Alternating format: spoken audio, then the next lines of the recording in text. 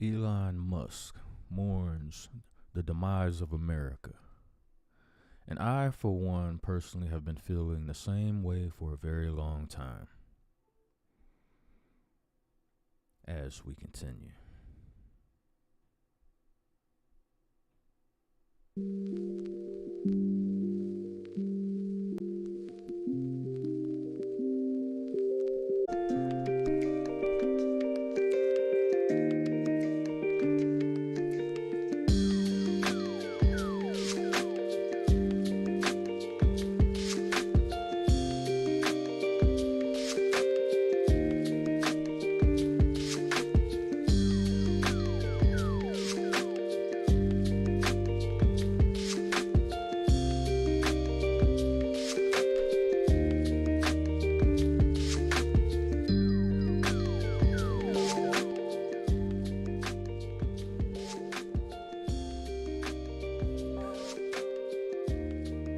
The Russian war in Ukraine looms with no end on the horizon. Washington's efforts to isolate Moscow appear to have led to a Russia-China alliance, which is a failure for U.S. diplomacy, said Tesla CEO. So we don't notice things like this because we're too busy worrying about what other people are doing, what the next man has in his pocket or does not have in his pocket.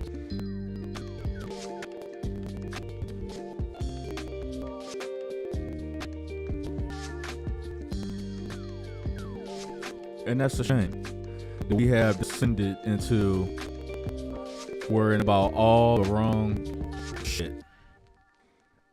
He then launched another attack, hoping this time there would be a reaction.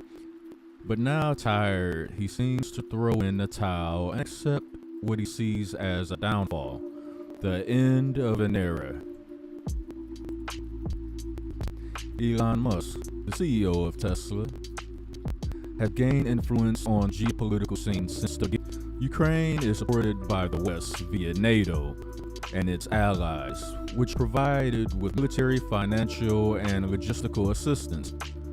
The United States and the European Union have also imposed economic sanctions on Moscow in an effort to isolate Russian President Vladimir Putin. Putin ordered the invasion of Ukraine to change the political regime there and install officials more favorable to the interests of Moscow. The invasion was meant to bring regime change in Kyiv and the denazification and demilitarization of the country. The war objective will evolve toward liberation of the entire Donbass and finally the annexation of the occupied regimes. Putin has always seen his desire to join the European Union and NATO as a threat to his country's sovereignty and security. According to him, having a NATO satellite as a neighbor is a danger he can't afford. But for Ukraine and its allies, defeating Russia in this conflict is essential because they present this war as a clash between dictatorships and democracies. Now, who determines that? We got labels for everybody else, but get mad when other governments label us. It's kind of ironic. But as the war, which has already caused thousands of deaths and displaced millions, has entered its second year, positions remain more or less stagnant. The tactic of isolating Russia and its president, on the other hand, seems to have backfired. China, whose tensions with the United States are at their highest, has just moved closer to Moscow to the chagrin of the West. President Xi Jinping just wrapped up a visit to Russia during which he called Putin his dear friend, just days after the International Criminal Court issued an arrest warrant against the latter for war crimes. The ICC said that the Russian president bears individual criminal responsibility for the abduction and illegal deportation of Ukrainian children since the beginning of the Russia-Ukraine war. One of the great worries in the West is now to see the rapprochement rapprochement between Beijing and Moscow become a real alliance, with the possibility that China may sell weapons to Russia. That would definitely be a horrible thing. Mess around and have Voltron coming over here. Or real life Transformers. We don't know what these other countries got and be working on. Some of you might have seen, it might have just been a prop. Who knows? But what if it was real? They actually showed China with a giant robot, like with weapons on it. It's just like something out of the cartoons. Transformers, Voltron, all that. A real life version of that. Now, yeah, of course, couldn't a prop. Maybe. But is that a chance that we're willing to take? None of these countries fully know the extent of what each other's doing as far as their weaponry and their militaries. There's always going to be things that they keep in the back pocket, away from the prying eyes of the countries, for this very reason. Because just in case that you might one day have to fight off one of these countries, you never want to reveal everything that you have. Kind of like the whole rod of God thing. Supposedly that can be dropped down from satellites onto a country and destroy a whole country, and or a host, like a city, maybe a whole country. Nobody really knows. It's kind of back and forth. Well, yeah, it can destroy a whole city. And another person says, yeah, it can destroy a whole country. But if one country has the rod of God, is it safe to assume that maybe other countries might have one too? Because if it's being dropped from a satellite, other countries have satellites in orbit. So,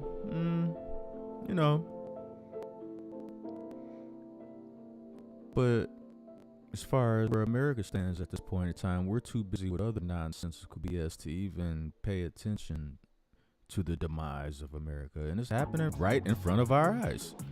And it's happening right in front of our faces as we speak. It's like right there. But we don't care. No, we rather add a third bathroom for gender fluid people. We'd rather worry about that. That's obviously more important than another country having a rod of God dropped on us. No, that's not important. That's way more important than a nuclear strike from another hostile country. Whether it's global misunderstanding or maybe we've been doing some things we shouldn't have been doing, and they choose to strike us. Well, obviously that's not important, because we have to worry about being too sensitive about being somebody calling us a name. That's more important. This person hurt my feelings. That person should be canceled. That person should be banned. Because obviously my feelings being hurt over a tweet is much more important than another country dropping a nuke on the country of which I live. Naturally. That's the American way. And that's the problem. It's become the American way, and it's been going on far too long. And as we march around the global landscape, we start to look real soft to these other foreign powers. Kind of like blood in the water, where sharks are in the area. So when sharks smell blood in the water, what do? They circle and prepare to strike. Just follow the buzzards. For those that are not paying attention, you can look at the buzzards hovering over America, because we're collectively, as a society, as an economic power in the world, we're like a dying corpse on the ground.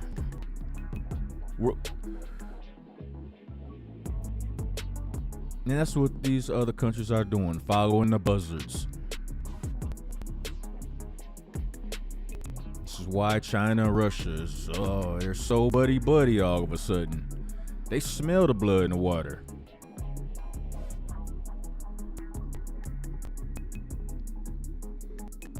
It is therefore a disaster for the Techno King, as he's known at Tesla. U.S. foreign policy is without compass.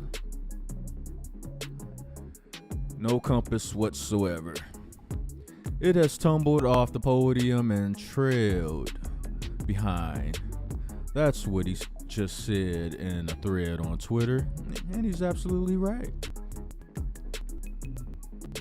Below bronze tier. It all started with a post by a Twitter user showing footage of Fox News claiming that the dollar is about to lose its luster on the international stage. The dollar is considered the reserve currency of central banks. This means that various national central banks, which hold reserves in its foreign currencies, do so mainly in dollars. This allows the United States not to have to hold foreign exchange reserves in currencies of other countries, and especially helps to influence the deficit of its balance of payments. This status of the dollar dates back to the end of the Second World War and symbolizes the power of the U.S. on the global stage. Everything is coming to a head. Should we be surprised? I think not. But there are concerns, according to Fox News, that Russia is looking at the yen to replace the dollar, and Saudi Arabia may follow. If this is from the dollar may lose its status, Fox concluded. For Musk, if we get there, it is because American diplomacy lost its standing during the Russia-Ukraine war.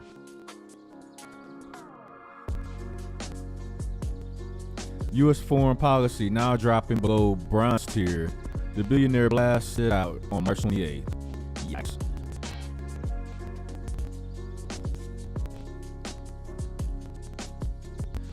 Let's check the clip out right here.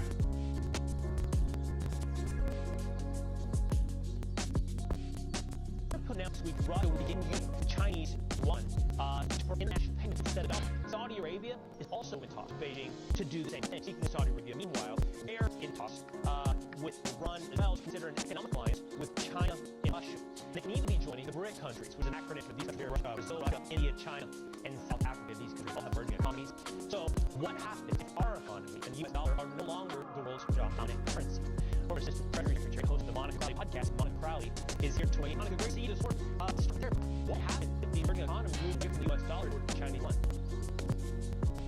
Good morning, it's great to be with you. It's really hard to overstate exactly how catastrophic the abandonment of the U.S. dollar would be as the world's global reserve currency. Look, since 2004, the dollar has been the safe place to go. It's been backed up by a couple of things. Originally, it was backed up by gold, but President Nixon took us off the gold standard, so there's no foreign asset backed up dollar anymore for the last 50 years. But also, it's been backed up by the strength and economic power of the United States. And congratulations to 81 million people who voted for this. If that were to end, that would mean the end of the U.S. dollar. Look, there's a perfect storm happening right now, Will. The world's reserve currency being that, having that status has been a real privilege. We've abused the privilege by wholly hopeless monetary and fiscal policies over many years, certainly over the last couple of years, to just really devalue the dollar. On top of that, now you have this perfect storm of Biden's weakness, his war on American domestic energy production, the Ukraine war, and as you point out, because of all these things, we've got America's enemies by China forming a new economic bloc. And all it would take at this point now, because we're at this pivotal moment, is for Saudi Arabia, who has indicated that they're open to this, to say, you know what, we're going to be open to considering other currencies to trade oil. If that were to happen,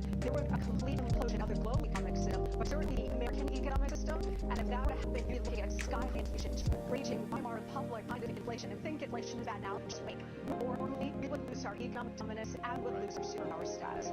Monica, world reserve currencies, it's a privilege for the United States, the dollar to the world's currency. How does that relate to each individual American? How has that changed your impact and growth in people's lives throughout the last several decades?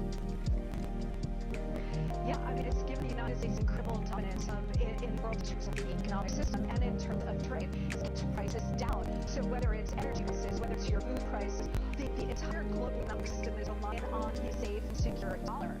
That is no longer true, again, because we've been printing money like crazy and devalued the power of the dollar, value of the dollar. But on top of it now, again, oil is critical linchpin of this. If Saudi Arabia decides to join with America's enemies here and start trading oil in different currencies, we're gonna be in bad shape.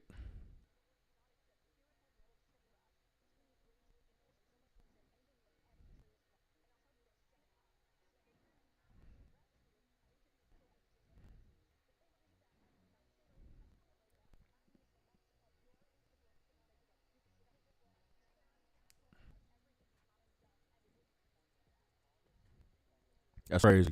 Is what y'all vote for? Oh, I get it.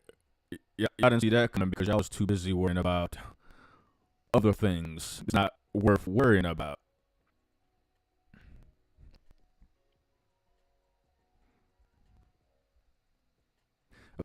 A few days ago, the billionaire said that the U.S. diplomacy skills were here. This decline is due, he said, to the fact that U.S. diplomats have become warmongers. Last month, Musk accused the U.S. Undersecretary of State for Political Affairs, Victoria Nuland, of not advocating for a peaceful solution. I agree. All the unnecessary warmongering crap, I'm definitely against that. Nobody's pushing this war more than Nuland, the billionaire said on February 22nd. Nuland on February 24th spoke with the Washington Post in response to Musk. I would start with the basic fact here, which is if this war is to end, it could end tomorrow if Vladimir Putin chose to end it and to withdraw his troops, she said. So this is not about us. This is about choices that Vladimir Putin has made to try to bite off pieces of his neighbor. And if we allow this as the United States, if we don't support the victim in this aggression, then this aggression will be replicated all over the planet in years to come. This statement, the State Department has declined to comment. That sounds like some pie in the sky. Let's make excuses for what our future plans will probably be in the first place. I'm going to leave a link to the article down in the description box. You guys can read it for yourself. Let me know what you think. But it's getting real serious out there, people.